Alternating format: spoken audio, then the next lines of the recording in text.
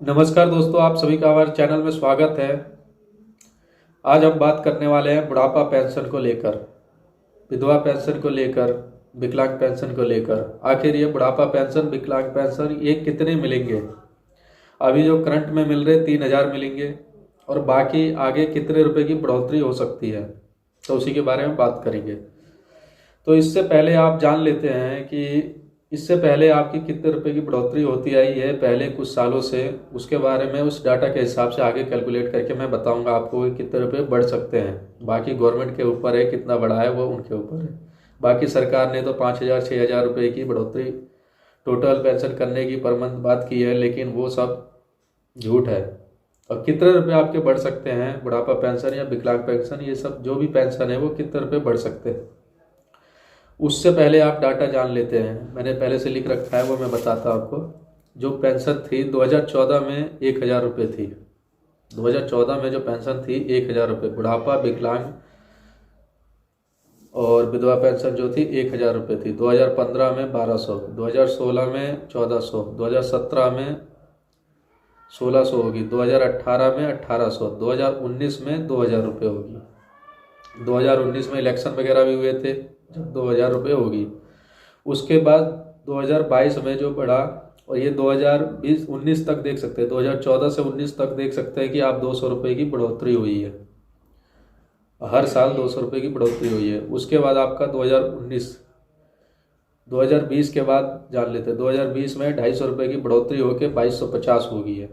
फिर उसके अगले साल 2021-22 2 साल लगातार सेम ही रहा है, 250 रुपये बढ़ के 2,500। 2021 और 22 में जो है 2,500 रुपये की रही है, एक साल बढ़ा नहीं है। 2,500 रुपये तक ही रहा है पर मंथ का पेंशन, तीनों का, बुढ़ापा, विकलांग और विधवा पेंशन जो है वो। उसके बाद 2000 और विकलांग पेंशन में भी कभी कभार कम भी रहता है, ऐसा नहीं है कि पूरा 2,500 या 2,000 ही रहता है।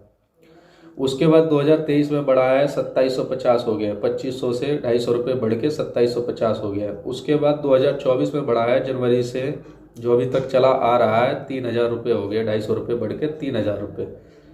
तो आप इनको एवरेज 2014 से 2024 तक देख सकते हैं कि 10 सालों में 1,000 रुपये से 3,000 हो गया, 3 गुना हो गया। अब इसमें डिफरेंस आपने देख लिया कि पिछले 5 सालों में 200 रुपये बढ़े हैं पर ईयर के हिसाब से।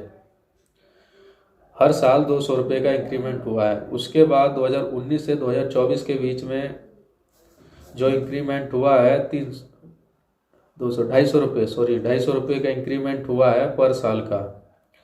अब उसके बाद जो इंक्रीमेंट होगा 3,000 है, तो 3,000 के बाद अभी 250, इसके बीच में डिफरेंस 50 रुपये का हो गया। और 50 के बाद जो 250, इसके बाद 300, एवरेज मान लीजिए कि 300 रुपये की बढ़ोतरी अगले पेंशन में हो सकती है। 3,000 है तो 3,300 हो जाएंगे, या 50 और बढ़ सकते हैं।